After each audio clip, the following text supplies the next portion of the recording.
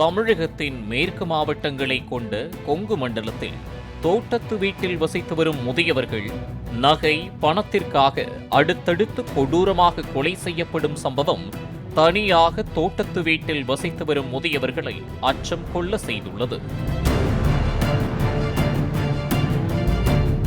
சில தினங்களுக்கு முன்பு ஈரோடு மாவட்டம் சிவகிரியில் தனியாக வசித்து வந்த கணவன் மனைவி கொடூரமாக கொலை செய்யப்பட்ட சம்பவம் தொடர்பாக தேங்காய் பறிக்கும் வேலைக்காக வந்த 3 பேரையும் நகையை வாங்கியதாக நகை கடைக்காரரையும் போலீசார் கைது செய்தனர். அதே நபர்கள்தான் பல்லடம் அருகே தோட்டத்து வீட்டில் நடந்த 3 பேர் கொலையிலும் தொடர்புடையவர்கள் என்றும் போலீசார் தெரிவித்தனர். தோட்டத்து வீட்டில் வசிப்பவர்களை அச்சுறுத்தி வந்த கொடூர கொலையாளிகளை கைது செய்துவிட்டதாக போலீசார் ஒவ்வொரு முறை தெரிவித்து வந்தாலும் கொடூர கொலை சம்பவங்கள் நின்றபாடில்லை, தொடரத்தான் செய்கின்றது. அந்த வகையில் நாமக்கல் மாவட்டம் பரமத்திவேலூரை அடுத்துள்ள சித்தம்பூண்டி கிராமம் குளத்துப்பாளையம் பகுதியில் சனிக்கிழமை இரவு மூதாட்டி ஒருவர் நகைக்காக கத்தியால் வாயை கிழித்து கொடூரமாக தாக்கி கொல்லப்பட்டுள்ளார்.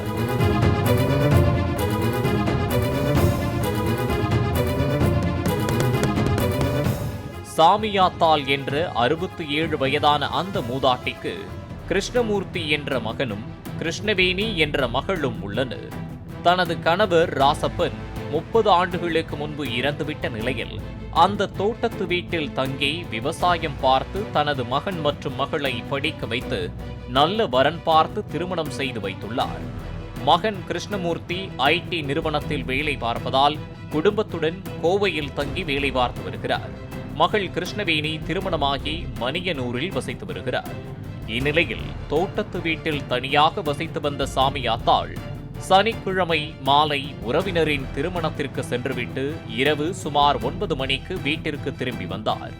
திருமண வீட்டிற்கு தான் அணிந்து சென்றிருந்த 10 பவுன் தங்க சங்கிலியை கழற்றி மறைவான இடத்தில் பத்திரமாக வைத்துவிட்டு மூதாட்டி சாமியாத்தாள் வீட்டின் வெளியே வாசலில் கட்டிலில் படுத்து தூங்கினார். இந்நிலையில் நள்ளிரவில் தோட்டத்திற்குள் புகுந்த 2 மர்ம நபர்கள் மூதாட்டியின் வீட்டின் பூட்டை உடைத்து நகை பணம் இருக்கின்றதா என வீட்டிற்குள் தேடியுள்ளனர்.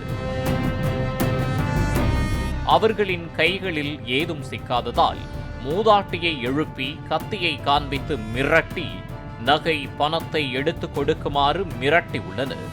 பயந்து போன மூதாட்டி சத்தம் போட்டு கூச்சலிட்டார்.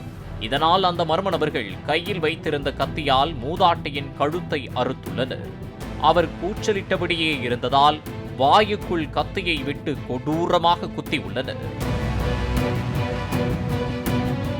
முகத்திலும் சரமாரியாக குத்திவிட்டு இருவரும் தப்பி ஓடிவிட்டதாக தெரிகிறது.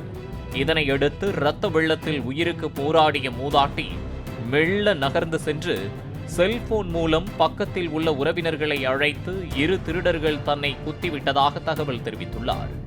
உடனடியாக சம்பவ இடத்திற்கு வந்த உறவினர்கள் மூதாட்டியை மீட்டு திருச்செங்கோடு அரசு மருத்துவமனைக்கு அழைத்துச் சென்று முதலுதவி சிகிச்சைக்கு பின் மேல் சிகிச்சைக்காக கோவையில் உள்ள தனியார் மருத்துவமனைக்கு அழைத்துச் சென்றனர். அங்கு சிகிச்சை பலனின்றி மூதாட்டி சாமியாத்தால் பரிதாபமாக உயிரிழந்தார். சம்பவம் குறித்து நல்லூர் போலீசார் வழக்கு பதிவு செய்து விசாரணை நடத்தி வரும் நிலையில் சம்பவ இடத்திற்கு வந்த நாமக்கல் மாவட்ட காவல் கண்காணிப்பாளர் ராஜேஷ் கண்ணா, சேலம் சரக டிஐஜி உமா ஆகியோர் அங்கு ஆய்வு செய்தனர். கைரேகை நிபுணர்களை வரவழைத்து தடயங்கள் சேகரிக்கப்பட்டது. சிசிடிவி கேமராக்கள் எதுவும் இல்லாததால் கொலையாளிகளை எளிதில் அடையாளம் காண்பதில் சிக்கல் ஏற்பட்டது. பல்வேறு தனிப்படை அமைத்து போலீசார் விரிவான விசாரணையை முன்னெடுத்துள்ளனர். கொங்கு மண்டலத்தில் தோட்டத்து வீட்டில் தனியாக வசித்து வந்த பெண் விவசாயி பணம் நகைக்காக குத்தி கொலை செய்யப்பட்ட சம்பவம் அப்பகுதியில் பெரும் பரபரப்பை ஏற்படுத்தியுள்ளது. போலீசார் இந்த வழக்கிலாவது உண்மையான கொலையாளிகளை கைது செய்து தோட்டத்து கொலையாளிகளுக்கு முற்றுப்புள்ளி வைக்க வேண்டும் என்பதே அனைவரின் எதிர்பார்ப்பு. பாலிமர் செய்திகளுக்காக பரமத்திவேலூர் செய்தியாளர் புவனேஸ்வரன் மற்றும் வேல்ராஜ்.